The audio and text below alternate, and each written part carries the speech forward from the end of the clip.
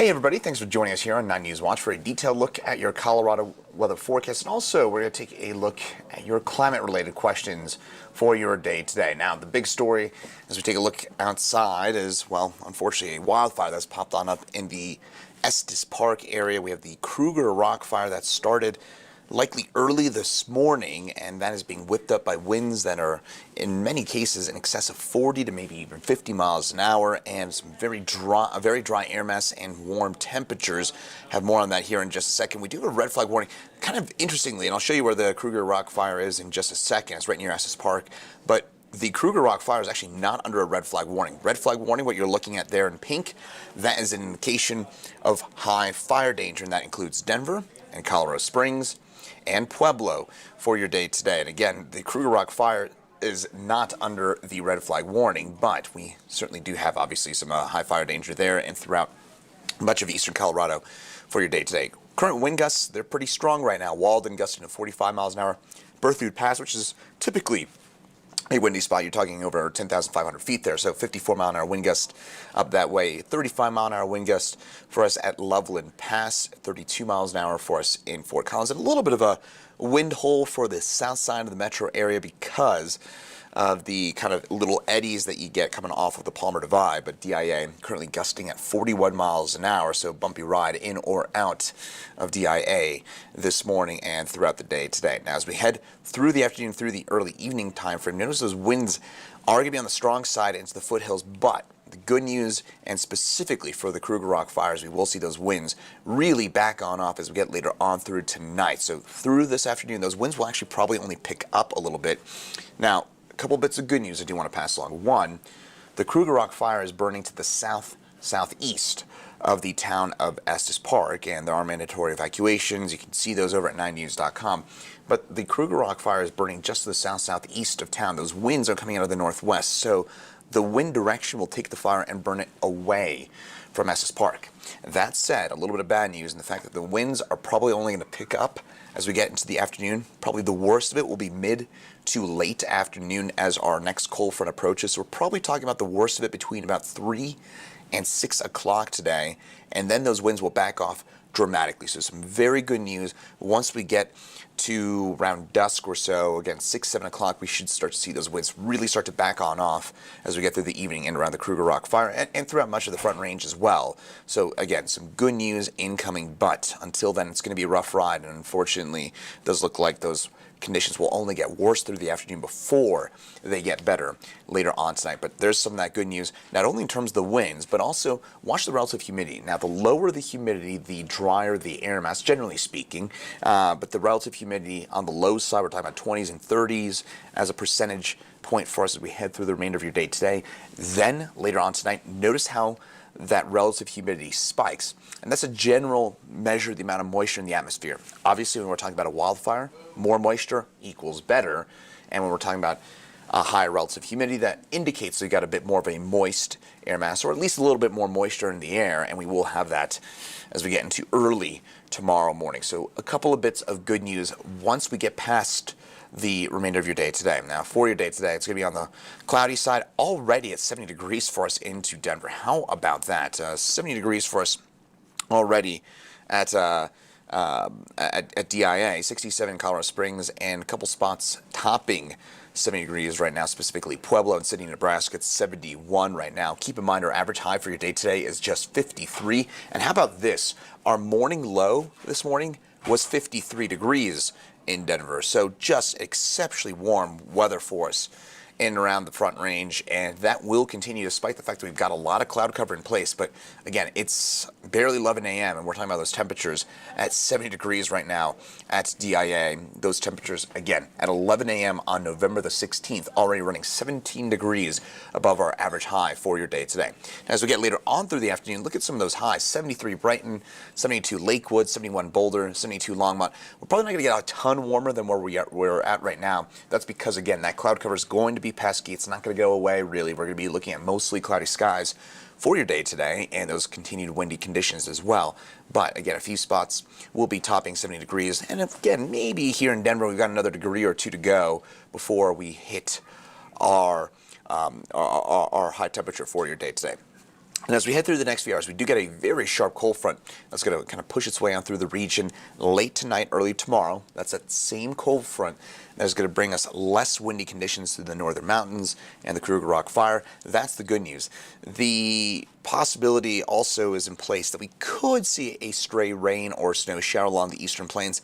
It is a very dry system, so it doesn't look likely at this point we're going to see a ton of that, but there's a chance we do see a rain or snow shower in and around the Denver area, maybe through the northern mountains as we head through your night tonight. Tomorrow, temperatures a little bit different than your day today. It's already, again, 70 degrees for us here into Denver today. Tomorrow, a high temperature of the up 30s, low 40s for us here into the Denver area. Again, it's going to be dramatically colder for this time tomorrow, and then we'll start to moderate those temperatures by the time we get into Thursday and your Friday.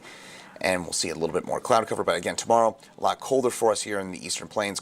Closer look in at those forecast highs for tomorrow. 42 Lakewood, 43 Longmont, 42 Fort Collins, 41 Greeley, and 41 in Littleton. So that probably has a few of you asking when it might actually snow here in Denver.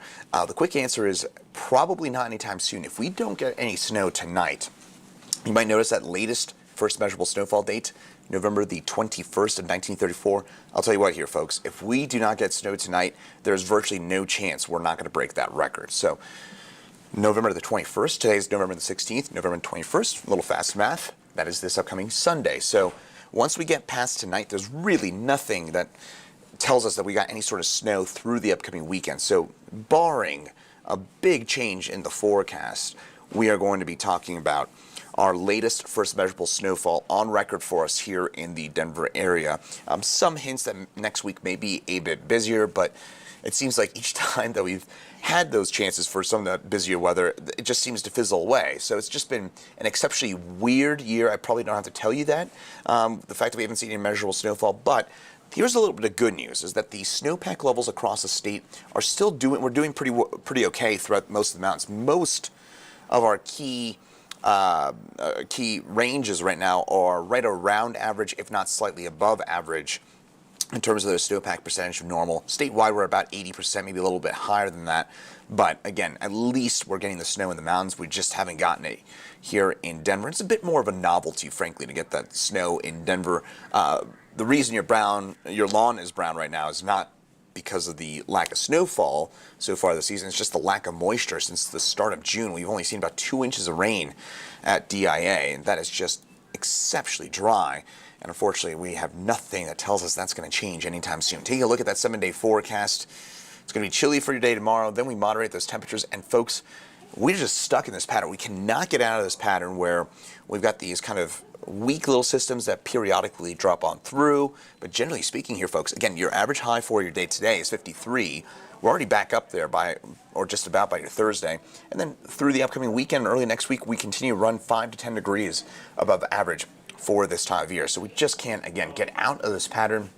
It's exceptionally dry, and this exceptionally mild pattern. And that brings us, by the way, to your climate-related question. We're taking on a daily basis here, folks, your climate-related questions. And this one for your day today is going to be related to the fires that we've been talking about here in Colorado, and whether or not there is a relation to the fact that we're seeing wildfires here in Colorado here in the month of November and climate change. The quick answer is there could be. It's a little bit complicated, but again, when we're talking about daily weather factors, it's hard to make that connection between climate change and how it's impacting your weather on a day like today. But I would say this, and something I've been mentioning throughout the last couple of weeks, is that today is probably a couple degrees warmer because of a warming climate overall. And again, we're already at 70 degrees here in Denver. Maybe 100, 150 years ago, we were talking about a high temperature of 67, 68 degrees. And that adds a bit more warmth, and that makes it a bit drier as well. So there probably are at least some subtle impacts. But what we've seen so far this year, and why we're talking about wildfires here in the month of November, a couple things to keep in mind. One, there's a bit of a myth around wildfire season here in the state of Colorado. Wildfire season in the state, there is no such thing as wildfire season here. Wildfire season in Colorado really is just about 365 days of the year. We can get fires in January. We can get them in February. It's obviously not nearly as common as, say, July, August, September, but you can get fires basically year-round here in the state of Colorado. Now, they tend to be on the smaller side. The one that we're seeing up by Estes Park obviously has led to mandatory evacuations. It could be a high-impact type of fire, but again, we tend to see a lot of smaller fires this time of year. So, just a bit of a misnomer. I guess the way I would explain that is I would focus on the fact that, yes, we could have some subtle impacts from a warming climate in terms of why we've got these fires today, but I would say the bigger takeaway is the fact that we can get fires basically year-round here in Colorado. It's a bit of a misnomer that we've got a fire season, quote-unquote. Again, we can get fires year-round. We've seen that. Again, we've seen fires every month of the year here in the state of Colorado. They just tend to be smaller at this time of year, and the one that we're seeing up by Estes Park, the Krugerrock fire, at last check was 75 acres. So again, that's a fairly typical mid-November fire. And by the way, during the winter months, we tend to be windier than during the summer. So as a result of that, you have sometimes some increased fire danger conditions this time of year. And if you've spent any sort of time here in Denver, you know that even in the middle of January, in the heart of winter, we can get those temperatures into the mid-60s, sometimes even into the low 70s. So you can get fires basically any time of year. And usually, by the way, when it's warmer during the winter, like today, it's because you got some strong winds. So normally when we've got temperatures in the 60s and 70s in November, December, January, February, it's usually accompanied by strong winds. So long story short, I would say the big takeaway for your day today and what we're seeing right now is that it's just worth a gentle reminder that we can get fires 365 days round here in Colorado. Again, this time of year, they tend to be much smaller fires as opposed to the ones that we can obviously see during the summer and early fall months, and sometimes even into late spring as well. Leave you with another look here at the 7-day forecast, and hopefully it's giving you a little bit of a good summary about what we've got coming up over the next few days. A lot more in the way of those continued a much cooler day for your day tomorrow, and then continued mild conditions as we head through the end of the week and to the upcoming weekend. Look at that for next Tuesday, 65. Where is winter? Not coming anytime soon. We may go potentially snow-free up until Thanksgiving. That is unbelievable to be talking about that here in Denver. So again, our warm, our mild, and our dry fall continues here along the Front Range. So stay safe, obviously, and avoid anything with a spark outdoors. Red flag warning continues until 5 p.m. today, including Denver, Colorado Springs, and Pueblo. In the 9 News Weather Center, meteorologist Bianchi, and have a great rest of your day.